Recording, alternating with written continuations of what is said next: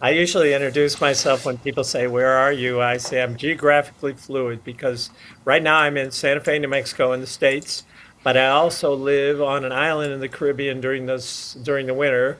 I live there 4.5 months. It's called Bonaire. It's right next to Aruba, if you most people know Aruba, and it's down near Venezuela. And my partner grew up in Aruba, so we have a house on the next island over, and I spend most of the winters there.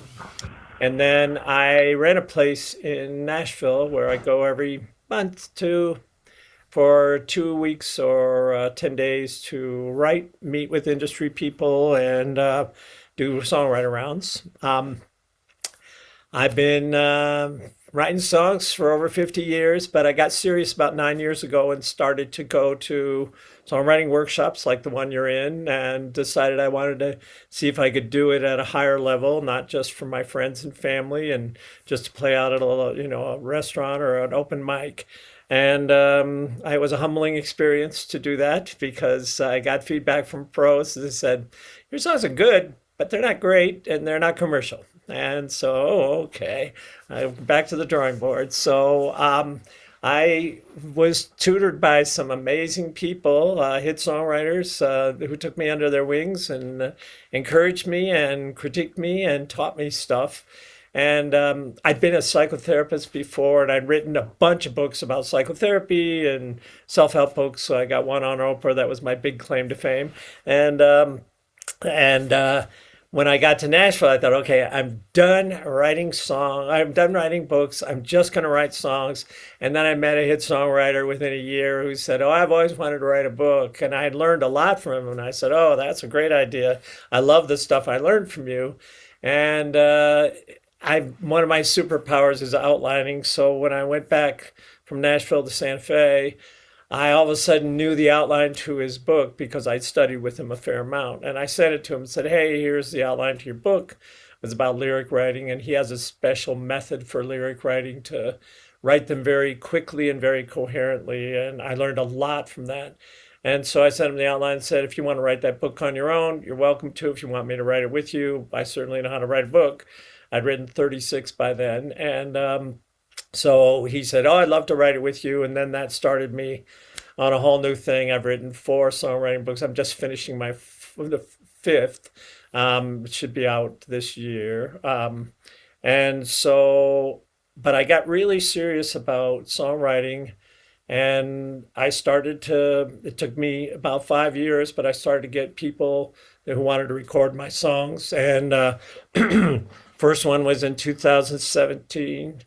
And no, in 2019, my first song came out that somebody else recorded. And I have 222 as of yesterday. So I'm starting to get some success. And then I have about 20 in movies and TV shows and commercials. So that's to just tell you what my journey was and what I'm bringing to today. Um, when I first wrote songs, I felt like they just came to me and I didn't really know how to edit them. I just, you know, took down whatever the inspiration was and I wasn't very good at editing them. And when some people would give me feedback, I said, no, that's how the song goes. This is how I wrote it.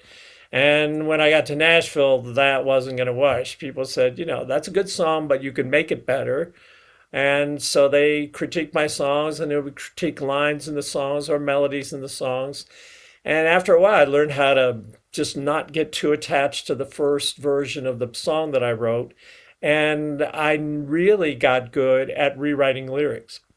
The old, whoever had said it, Hemingway or whoever said, kill your darlings. Even if you have a line that you really love, but it doesn't really fit for this song or it doesn't move the song forward or make the song as good as it could be, don't get attached to it, revise it. But I really did not know how to edit melodies because melodies, again, would just come to me or, my co-writers would, when I started co-write, would write great melodies and I loved them. But I get critiques by, again, people in the industry saying that chorus isn't strong enough or the song is good, but melodically it's a little weak. And I'm like, well, what do I do about that? Write another song, I guess. But after a while, I learned from one of my mentors, a guy named Clay Mills, who was a melody genius, how to think about melody in a non-theoretical way. I didn't need to know about Mixolydian modes or music theory. I just wanted to know how to make the songs better. And he had a very down-to-earth way of explaining why some songs were hookier than others and why some songs became hit songs and how to make a song that you've written hookier by using certain methods. And so he and I wrote a book together, and I'm going to show you a copy of that book in a minute. But that's what I wanted to talk about. When Robert and Jim asked me to do this, I thought, oh, I bet a bunch of people are going to talk about some of the basics of songwriting and lyric writing, but I bet not many people teach about melody writing, but maybe I'm wrong. I've watched some of the series, but I haven't watched the whole thing. But today I want to talk about a very specific thing that I learned that changed my melody writing and made my songs more hooky and got more of my songs recorded and in movies and TV. And I have to attribute it to my co-author Clay Mills, who taught me this.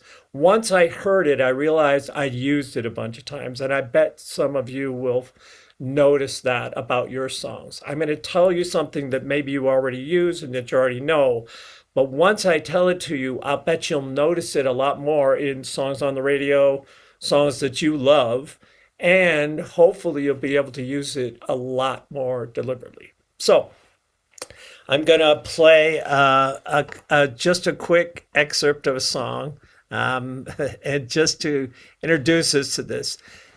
I'm going to call this method the line plus method. The most common form of it is a series of 3 words and 3 notes that usually are a little separated from the main line in the song. Or sometimes they're just 3 notes that repeat, and you can repeat the melody, the rhythm, and the rhyme. So I'm going to play you a pop song that I found after I learned this method, and I'm just going to play you the first verse of it. And I want you to listen to the 3 notes and how hooky they are. Whether you like the song or not, some of you aren't pop people, but this was a pop hit by a group named NF, and it's called Let You Down. There we go.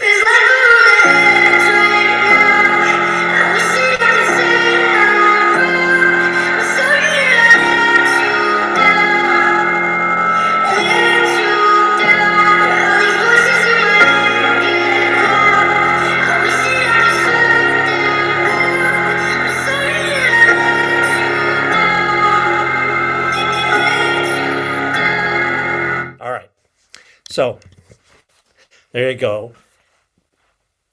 When I heard that song, all I heard was let you down. Sorry that I'm sorry now. I just remember the end of the line. That's the line plus 3 method. It's pretty hooky. That song became a hit song on pop radio. So I've got some slides. I used to be a professional speaker, so I actually made some slides for today. So I'm going to share my screen, and then I'm going to share a little about this method, and I'm going to play you more examples. After I play you a number of examples, again, I think you're going to recognize how you already use this sometimes, or how it's already out there in a bunch of songs, but you just didn't have a name for it or the intentional way of using it. So let me just share my screen here, and I'm going to share my sound as well. So here we go. You will now see my, sorry. Yeah, there we go. So I am going to share this screen, and I'm going to play my, this is a keynote slideshow, so I'm going to just play this. All right. So this is called the line plus method, and we're going to talk about all the variations on it, but the most common one is, sorry, I've got to turn this off. Sorry, I'm going to get out so I can turn this off. And I'm going to go back and share my screen here. Share these slides. All right. The most common one is line plus three, but we're going to have line plus two, line plus one, line plus four, sometimes even line plus five. So this is how to make your songs more compelling. I can give you a copy of these slides after. I'll give Jim and Robert a copy of these slides as a PDF, and they can send it to you. So you don't have to take notes. You can just, this is just to structure what I want to do. So again, most people know how to edit lyrics, but very few know how to improve or edit melodies. And this was a revolution for me when I learned it. So I'll tell you a little story first. I used to, when I first got serious about songwriting, I used to read every songwriting book I could find, listen to podcasts, go to classes, go to courses. And in one of them, there was a book that some of you probably read. It's called Songwriters on Songwriting. There were 2 volumes of it by Paul Zollo, I think. And he interviewed all these hit songwriters. And one of them he interviewed was Paul Simon. Simon said that he was at a party in the 80s with Jimmy Webb, and they were both hit songwriters. And they went off into a corner and they were chatting with one another. And Paul Simon said, "Jimmy, what do you think the next thing is in music, in popular music?" And or no, sorry, Jimmy Webb said that to Paul Simon, and Paul Simon said, "It's all going to be rhythm. Rhythm is going to dominate." And Jimmy Webb, who's a melody guy, I mean, you know his song, Wichita Lineman, and all that great stuff that he's written. By the time I get to Phoenix, terrific melody writer. He's like, he just walked away thinking, Paul Simon is deluded. That's just crazy. That's the craziest thing I've ever heard. And in the early 90s, when rap came to dominate popular music, he called up Paul Simon and said, "My God, you were right. I can't believe it. It's all rhythm. They're not doing melodies at all." And so obviously there's a limit to that. And, rap music has its fans, but rap started to put melody back in after a while because it all started to sound a lot the same. But what happened, some of you write country music, when I went to Nashville, it wasn't the country music that I used to listen to or my father used to listen to. My father was a big country music fan. It was a different kind of country music. It was more rhythmic, much more those rap sort of rhythms. That's what contemporary country is a lot. Morgan Wallen grew up listening to rap, so he had a lot more rhythm in his melodies than some of the other kinds of old pop or old rock or old country. They're a lot more influenced by rapid rhythmic patterns. And so again, we put this in our book that Clay and I wrote after he found out I was writing a book with his online partner, Marty Dodson. He said, "I heard you're writing a lyric book with Marty. I want to write a melody book with you." And I thought, I don't know. It's hard to talk about melody, and I'm not big on music theory, and it gets too complicated, and you talk about modes and things like that. People just get overwhelmed. He said, "No, I have a simple way of talking about it." So I took his class on melody writing, melody creation, and melody editing, and I was blown away by how simple he made it. So this is one of the parts of it. It's called pattern and repetition that we wrote about in that book. People respond to repeating patterns of rhyme, rhythm, and melody. And one of the hookiest is based on this line plus method that I'm talking about. It groups notes, rhythms, and rhymes together to make a compelling melody. So the most common, as I say, is line plus 3. Second most common is line plus 2. That's what I hear in most popular music, whether it's country or rock or pop or even folk. But in most commercial music, I hear this pattern. It can be at the beginning of the line or at the end of the line. So if it's at the end of the line, it's probably line plus 3 or line plus 2 or line plus 4 or line plus 1. If it's at the beginning of the line, it's 3 plus line or 2 plus line. And I'll play you examples. This is all theoretical now. And again, it could be a 1 or 4 or 5, but those are less common. And once you hear this pattern, I think you'll hear it in a lot of places. So it's perennial. I'll play you an example. Let me go out of this, and I'm going to go into my Spotify again, and I'm going to find. I'm going to play the. You'll understand why I say it's perennial because this is an old song, and I'm going to go to a particular place to it. So give me a second. This is 1812 overture.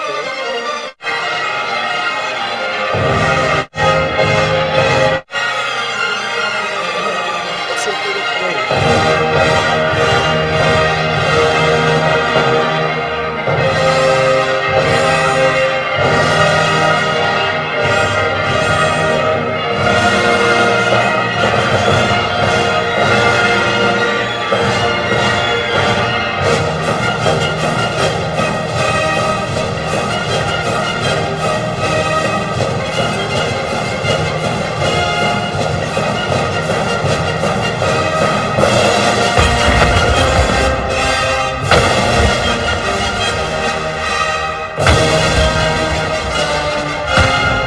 now, unless you know that particular piece of music well, which I didn't, I knew that part of that particular piece of music.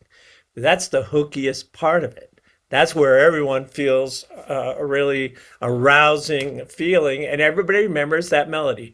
If you just did da da da da da da da da da da da da da da da da da, now you hear that 1, 2, 3 at the end. There's a little pause between the first phrase and the second one.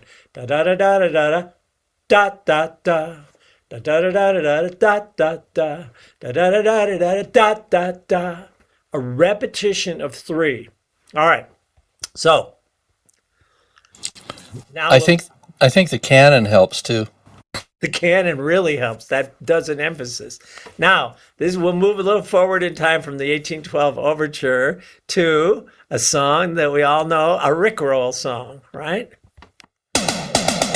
Just wanna tell you how I'm feeling. Gotta make you understand. Never gonna give you up. Never gonna let you down. Never gonna run around and desert you. Never gonna make you cry. Never gonna say goodbye. Never gonna tell a lie and hurt you. We've known each other. What made that song so hooky? That's a perennial song. I don't know any other Rick Astley songs. I know he had hits in England, but I don't know any other. But I remember that song from when it first came out, when it was a hit. That is so hooky. Never gonna let you down. Never gonna give you up. Never gonna run around and hurt you. Hurt you is 2. So he broke the pattern. And that's an important thing. Sorry, that's my automatic thing. Whenever I raise my fingers, it gives me balloons. And so that song just sticks in your mind because of that 3 pattern. In Latin music, they call it the tresillo pattern. And you'll hear it in a lot of Latin music. And I think there was, because we get influenced by all these musical traditions all through the years, we find ourselves incorporating some of those patterns. Maybe this came from, obviously, the 1812 overture probably didn't come from that, unless somebody knows differently. But it's influenced pop music. Latin music has influenced pop music. So let me play a couple more examples, and then we'll go back and talk about the structure of this. This is a country song, Hotel Key by Old Dominion. And again, it's going to have different patterns in the verse than the chorus, and you have to be careful not to overuse this. So here's Hotel Key by Old Dominion.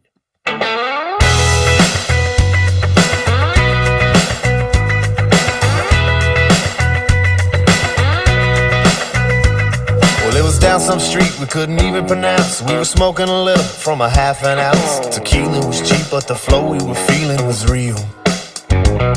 Neither one of us looking for 3 little words, unless those 3 words were do not disturb. Checkout was supposed to be noon, but we slept until 3. But she kept the hotel key, slipped it in her purse, I guess. It makes her think of me. And that night we left our hearts on the sleeves and the clothes all over the floor. We both know we can't open that door no more, but she kept the hotel key.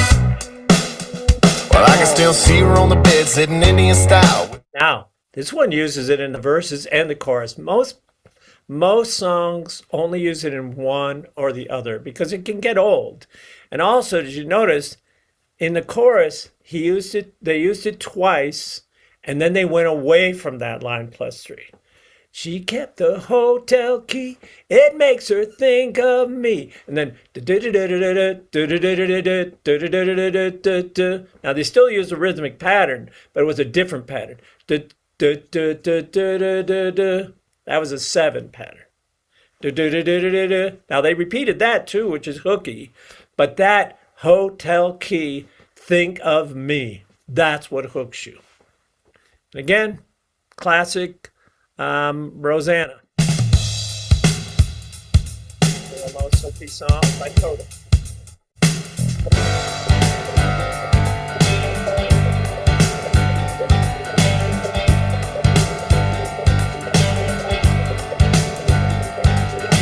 All I wanna do when I wake up in the morning is see you live. Rosanna, Rosanna. Never thought that a girl like you could ever care for me. Rosanna. All I wanna do in the middle of the evening is hold you tight. Rosanna, Rosanna. I didn't know you were looking for more than I could ever be. Since she went away, Rosanna, yeah. Now she's gone, and I have to say, All right, you got the point. Since you went away, Rosanna, none of the years since you went away, and I have to say. All right, that's 3. Again, I can play you 100 examples of this. Now, let me play you a line plus 2, so you know how this is a Dan Shay song. Again, they're sort of pop country, and this song has so many 2s in it. So listen to this. you say you'll be down in 5. The smell of your perfume is floating down the stairs. You're fixing up your hair like you do. We're not to the chorus yet.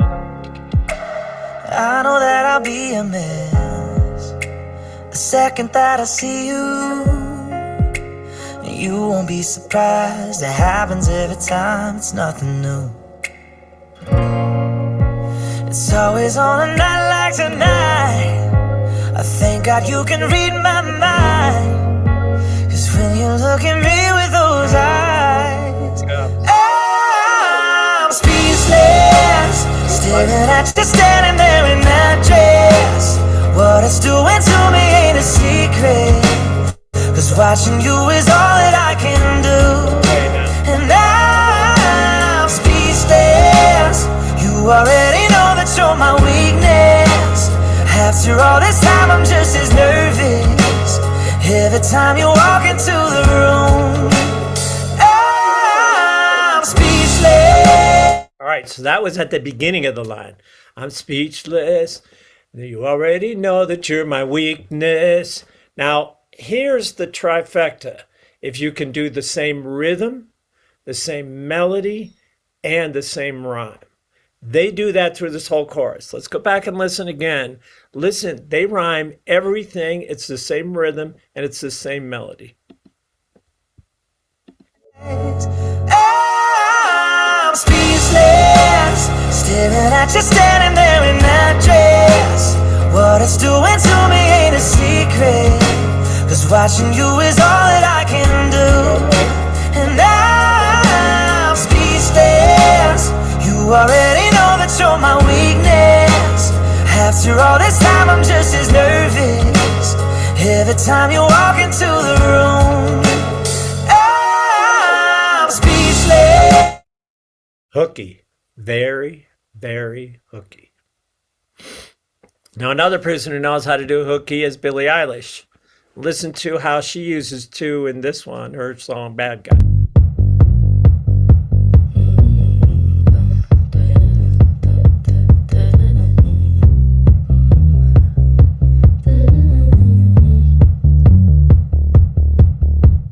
White shirt, now red, my bloody nose sleeping.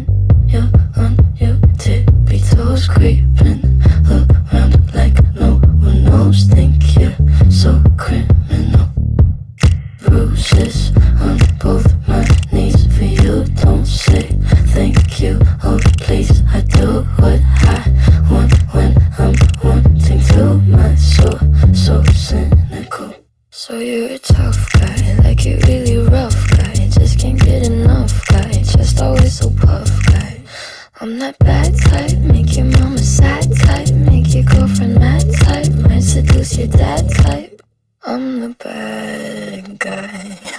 All right. So you talk about repeating a pattern. When she repeats the two pattern all the way through the verse. She occasionally breaks it up with a line that doesn't do it. She gets to the chorus and she repeats it all through the chorus. She has that two pattern, two pattern, two pattern, and it's rhyming a lot. It doesn't rhyme on every one, but it's pretty close. It rhymes on almost every one. That song was a #1 song. It came out and it shot right up the charts. That's what I'm saying. This is a hooky thing. Let me play one more of the two so you really get it. This is an Aerosmith song, so we're going from every genre. This is a rock song, right?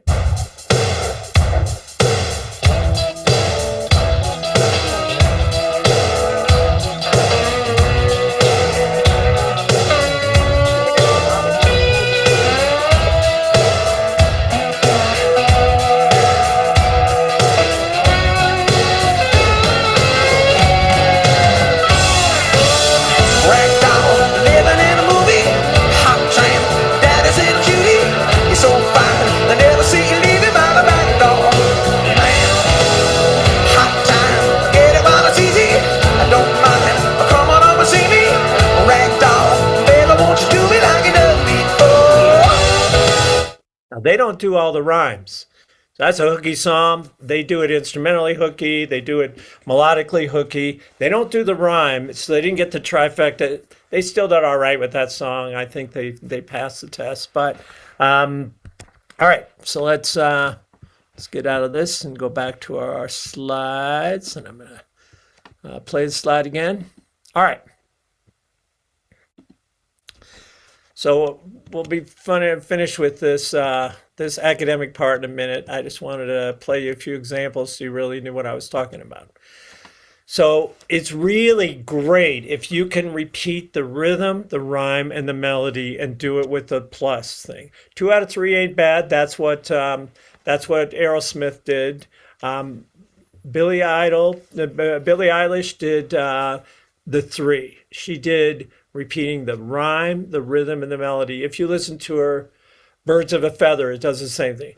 Birds of a feather, we'll stay together. She does that, and she rhymes about 5 times with the same melodic pattern. So if you can do that, and it makes sense, don't stretch it like that. It really, really hooks the ear.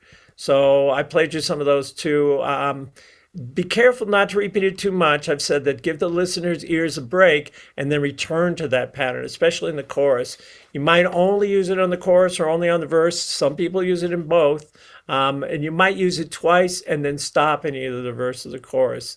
And here's what really, a little more advanced. If you can use it on the title or the hook, that really is what people will remember. So if you've got, once I learned this, I started going through my hook book, my things I'd written down for possible song ideas, and I found all the 3-syllable ones. Then I found the 2-syllable ones. Then I found the 4-syllable ones. And I started to work on making the line before it, the penultimate line right before the hook, with the same melody and the same rhythm. And then I would bring it to my co-writers and we would write the rest of the song. So I started to sort my song ideas into that. And when I wrote melodies, I tried to write them in 2s or 3s. Those are the most typical patterns. So I started to figure out, okay, which of my songs are most likely to hook the listener? And that's when I started to do that, I started to get more cuts. I started to get more placements in movies and TV and things like that. So that's why I'm bringing this to this. So you might deliberately start to think of titles that are 3 syllables or 2 syllables or 4 syllables or even 5 syllables, you can do it, or a 1-syllable title, and then see if you can do that rhythmic melodic pattern thing with it. So listen to the line songs to get it in, just in your bones. Listen, I have a couple of playlist that I put together. Anytime I hear something on radio, I go, oh, that's a line plus three, or that's a line plus two, or that's a 2+ line, or a 1+ line. I just put it in my playlist in Spotify, and then I go, because this was not a natural pattern for me. I wrote more in whole notes and I wrote more in whole rhythms. That's the way I was trained. I'm that old that most of the pop songs and rock songs and folk songs that I knew had whole notes. They didn't do that fast rhythm thing, and they didn't do the separation of the rhythms. And I wasn't that influenced by Latin music, which has some of this in here. And play your co-writer's example of this line plus stuff when you go to co-write, so they can know what you're aiming for. And some of them are going to be a lot better at melody and rhythmic melody than you are, if you're not a natural melody person. And then try rewriting some of your lines or songs using the line plus pattern. You had Lucy LeBlanc last week, and Lucy's more a lyricist, but when I write with her, and sometimes I write the melodies, sometimes other people do, Lucy will jump in and say, hey, can we make that a line plus three? Can we make that into a 3? And then we'll figure out a way to do the lyrics so it naturally lines up as 3. And then we'll try and repeat that pattern as we go through the song. So even though she's mostly a lyric writer, she's now using her knowledge of that line plus 3 to bring in lyrical ideas that are 3, or to edit our melodies even when we're writing them to make them more hooky. So if you don't do this naturally, you can tap out a rhythm. Try tapping out a rhythm of 2 or 3 at the end of the line and writing to that, or at the beginning of the line and writing to that. You can even do that as a lyricist. If you're not big on melody, you can bring a lyrical pattern that will naturally lend itself to this line plus 2 or 2+ line or line plus 3. All right? Okay, and look through your song ideas and hook book and voice memos to find those 3s or 2s or 4s or 5 or whatever. Take one of your existing choruses and write it into a line plus pattern. So Robert and Jim told me that you do exercise every once in a while. What I like to do is do a not breakout room. You don't have to go to a breakout room. But what I'd like you to do is take about 2 or 3 minutes, 5 minutes. We'll give you whatever time, because somebody may be already ready to do this. I want you to look through any of your hooks or think about any of the hooks you have, and then tell us, just raise your hand and unmute and just say it. If you have a hook, a title, or a line that has this +3, +2, or +4 pattern, just give us your title or your hook. All right? So who's got one? I can't see everybody. Maybe I'll stop my sharing and we'll go out of this for a second. Let me just do that. Bill, it's Yep. Jim here. Bill, would you provide an example, right, just off the top of your head, if you would, for everybody? Yeah. Not music, not musically, but but verbally. Yeah. I'm leaving. And then, say, okay, that's my hook. I'm leaving, I'm done with you. I'm leaving. I'm so tired of believing all the lies you tell me. So it's like leaving, believing. I'm gonna do that, and I'm gonna put a melody or a rhythm on that. So let's see. Have I got my music on? I'm so tired of believing. I tell you, I'm so tired of grieving.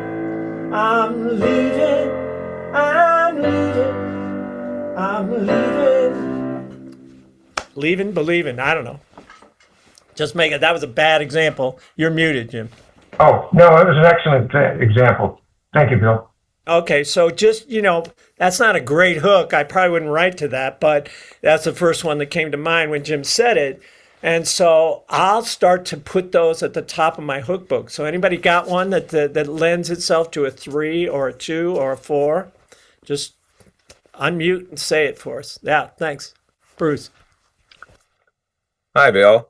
Yeah, I have one that actually I keep a running list for song title challenges, and one that popped in the other day was "Nobody Ever Broke My Heart," and it's kind of a Latin feel, so it's like Nobody ever broke my heart. Dun, dun, dun, dun, dun, dun.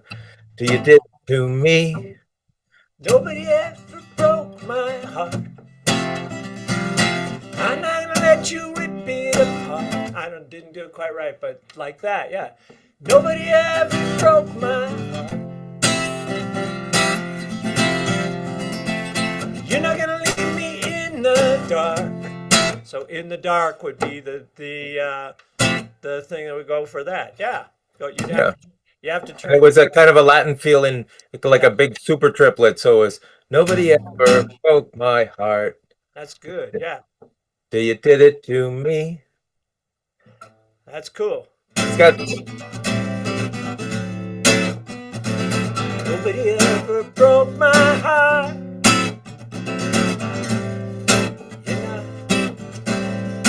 You're not gonna leave me in the.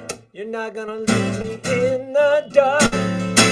Yeah, you can just do that little pause right before that. That's cool. I like that. Perfect. So broke my heart in the dark. It's too hard. You can do all sorts of rhyme. Now, you don't want to do that too many times, but yeah. right before your hook or in the line before that, because you may do an A-B rhyme, you're going to do that same rhythm. That's a cool one. Love it, Bruce. Anybody else got one? I got one. No music or anything. The line is these rooms where lovers meet. These rooms where lovers meet. Yeah, that's cool. These rooms where lovers meet. And on dead-end streets. That's all you have to do is just make sure you put that 3 in there. That's cool. I got this one in church today, Bill. All right. I'm hanging on by a thread. I'm hanging on By a thread. Da da da da da da. Right? Yeah. That's what you. Yeah. I haven't gotten there quite yet, but I'm hanging on Hanging on by a thread. by a thread. Yeah. That's cool. Yeah, perfect. By a thread. I love it. Those 3s are really hooky to me. Now, again, you can use other ones. You can use 2s or 4s or 1s, but those 3s really hook. That's the rule of 3, as someone said. I think you, Jim, said. Rule of 3. Yeah. I love it. It's very interesting because a lot of us probably that aren't familiar with the rule of 3. I've used it too on certain things, but I wasn't aware I was using it, like you said, Bill. A lot of us would write that line. I'm hanging on by a thread. We wouldn't do it rhythmically, right? Right. Yeah. That's the key. I think that's great, Jim, because that's, again, I was raised in that era where it was all that kind of rhythm. And I'm like, I'm hanging on by a thread, and it's nice, but by a thread, if you can really get the rhythm in there, that's the key thing, because obviously that's been used rhyme has been used for years, but it's more that quick, speechless, free, weakness, that really hooks the ear for some reason. That's great. Okay. Joanne's got something there. I was just going to say, Jim, I really resonate with what you just said in terms of how I write, and I haven't been thinking about those 3 lines. But I was going to write a song about with the title "If I Were Your Phone," and so I have here: "If I were your phone, you'd take me home, wouldn't leave me alone." If I were your phone, you would take me home, wouldn't leave me alone. Leave that little space in between. That's what Jim was saying. Usually we're doing that flow through the line because, again, those of us who have of a certain era, we learned that, and now it's a modern era where they're doing so much more rhythm. Yes. So much more rhythm, as Paul Simon predicted, And Paul Simon went to Africa and found African musicians who did rhythms that weren't natural Paul Simon rhythms. And then he wrote more rhythmically to it. And then he went down to South America and found, South American drummers that would do beats that inspired him to do that very rhythmic sort of, I'm going to Graceland. Graceland, Memphis, Tennessee. I'm going to Graceland. Graceland, Memphis, Tennessee. Yeah. You can call me Al. Call me Al. That's a line I think plus three. Call me Al. I think that the most amazing thing is how country music has adopted that. Yeah. You And know, you know, a lot of people complain about it, say, "Oh, that's not country, that's pop," and that's rap.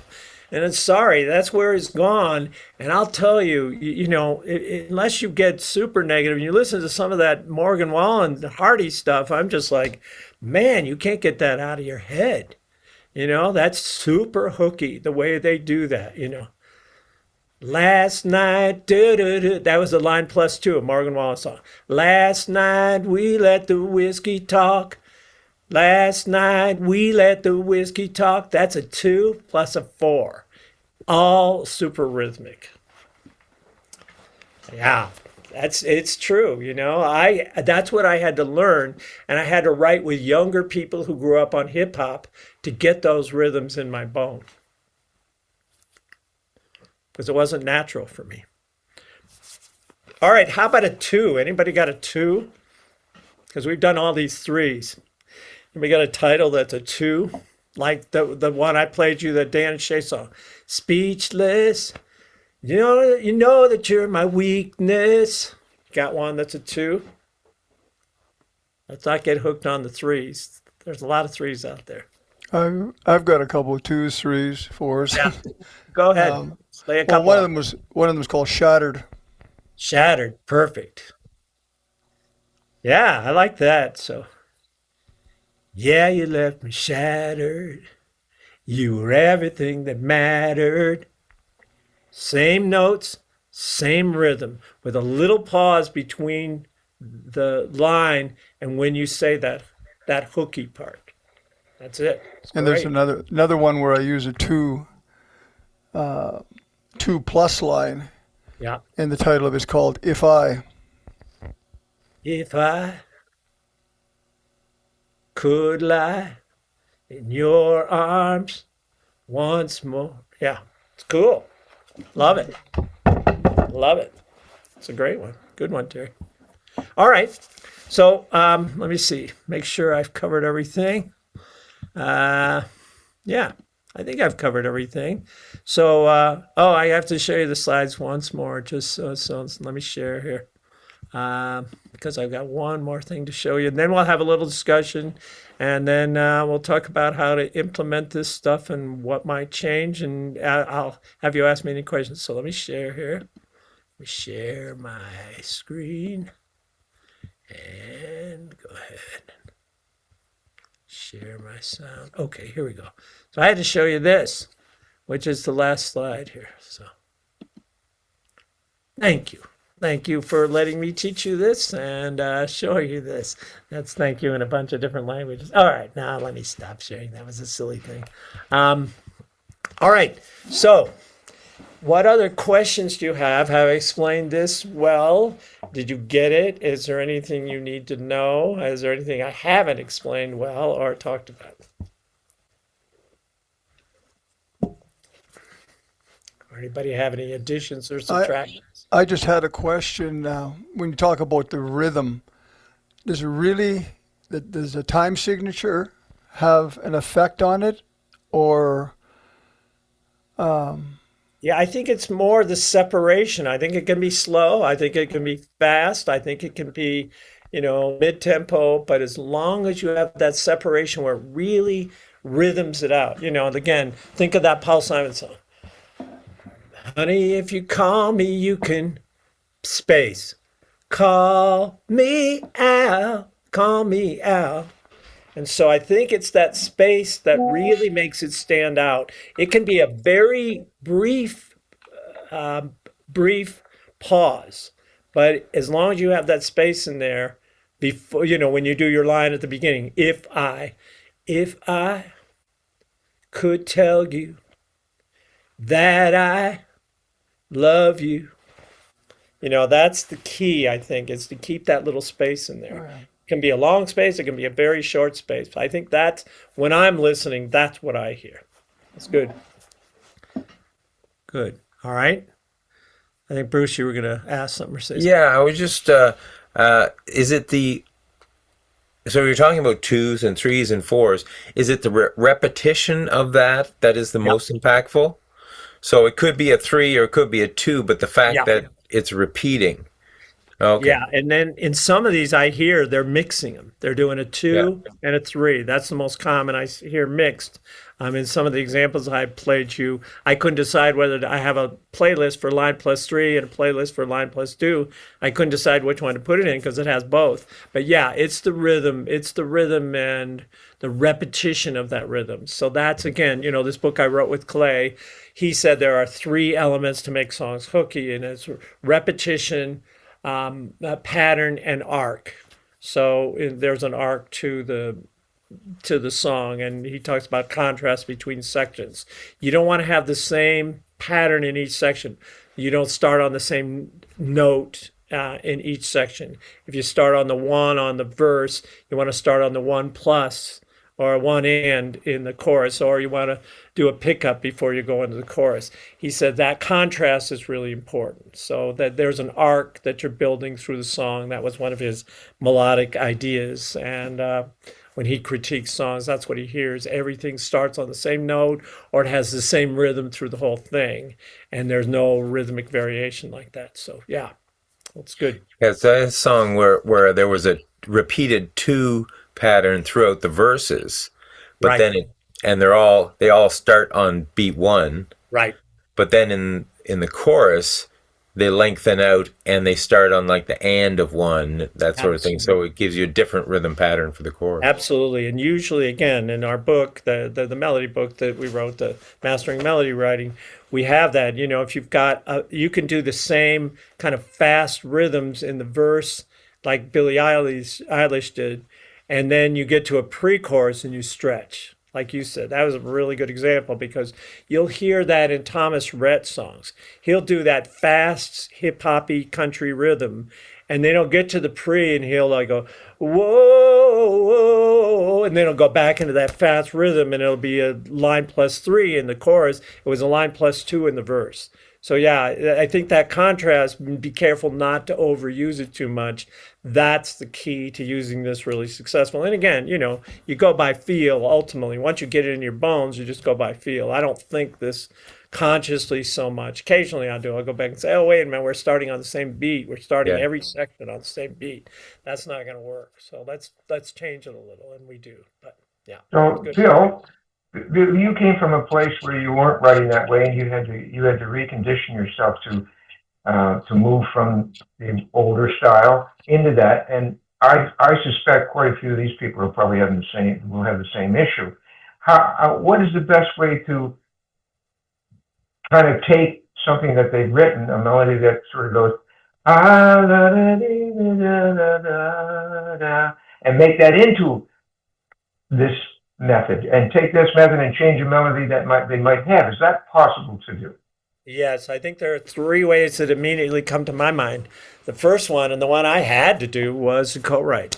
I just didn't know how to do it. I would do that natural that thing that came naturally to me, what you were just doing.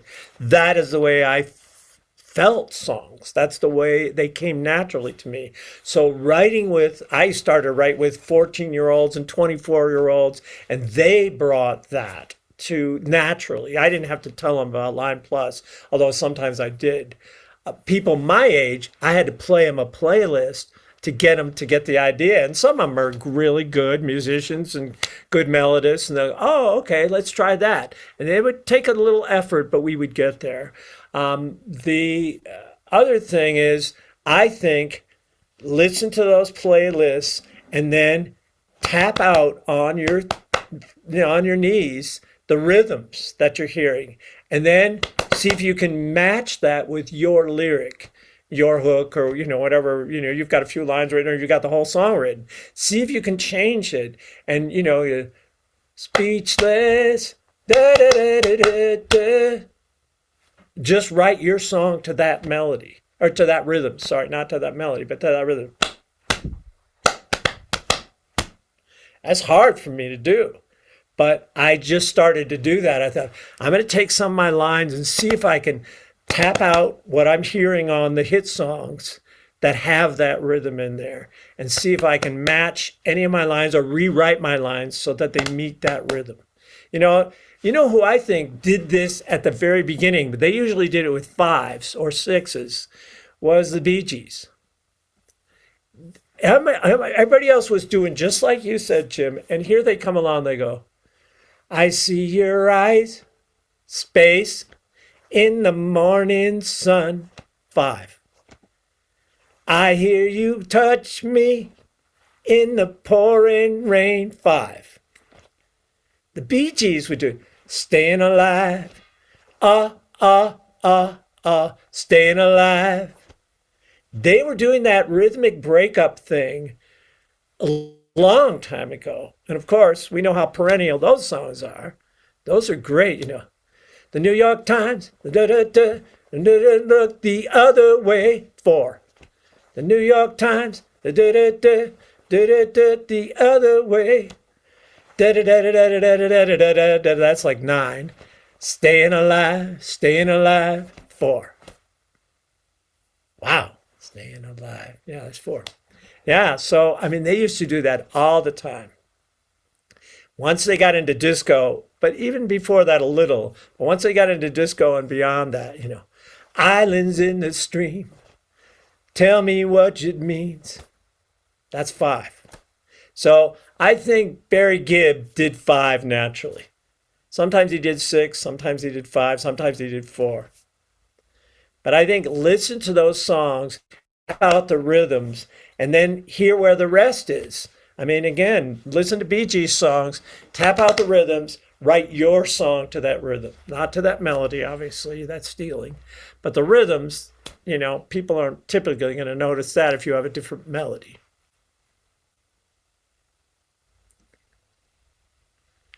But I might put together. You can't copyright that, right, Bill?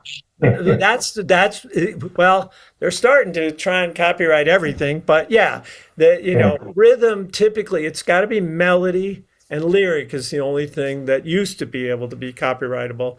Now Marvin Gaye sued people because the feel of the song is like a Marvin Gaye song. I'm like, oh man, we're all screwed if that comes through, you know, finally. You know, and they did that to Ed Sheeran. They tried to say, oh, he's like, that chord pattern is in 100,000 songs. I mean, the Axis of Awesome, you know, did that thing where it was all the same 4 chords, and they did every song to it.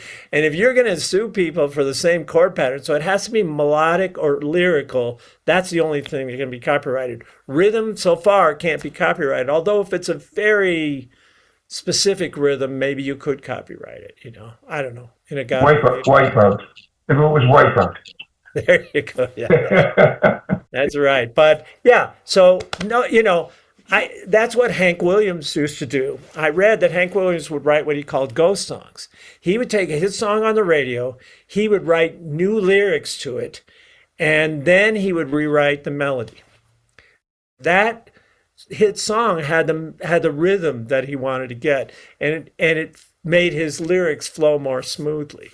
So you're doing the same thing, but this time you're going to do it rhythmically because the rhythm is the basis of this. But again, if you can combine all 3, the rhythm, the rhyme, and the melody, that's when you really have a hooky song.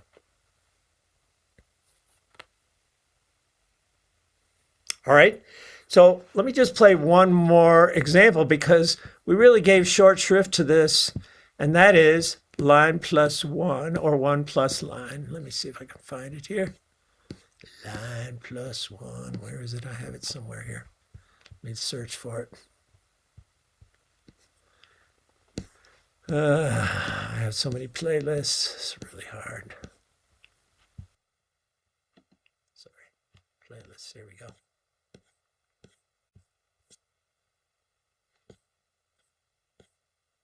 Here it is. Okay. All right, this is a Luke Combs, Jameson Rogers song. Listen for it.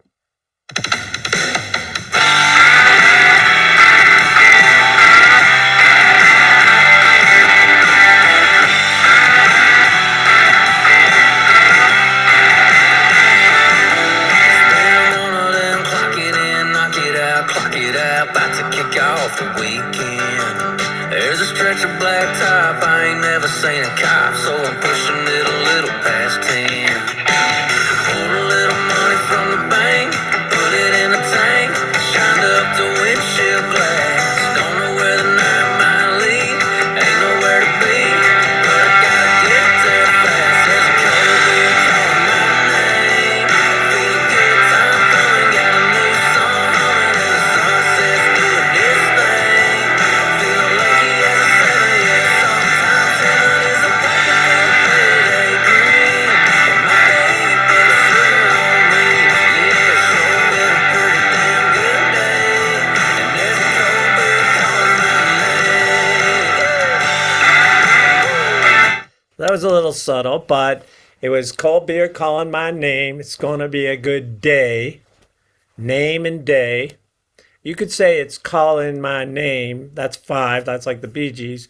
But I think there's a cold beer calling my name. It's going to be a good day. It ain't even a thing. There's a cold beer calling my name. So it's a 1. All right. So I just want to play you that little example. That's less common, and also it's not quite as hooky because it's only 1. As soon as you get into 2, 3, 4, or 5, it gets more hooky. And again, most common that I hear on the radio is 2 or 3.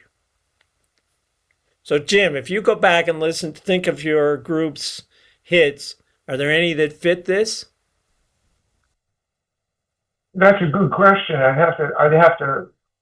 Yeah, there is. Yeah. Da da da da. 4s.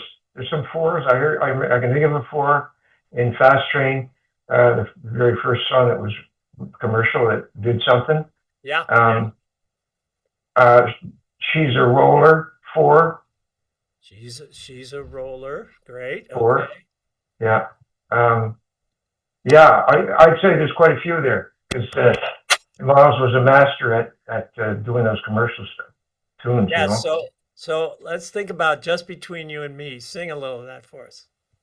Just between you and me, 3. our love will always be. Just same type of thing. Da da da da da da da da da da da. That's very interesting. Yes, it is. I never noticed that.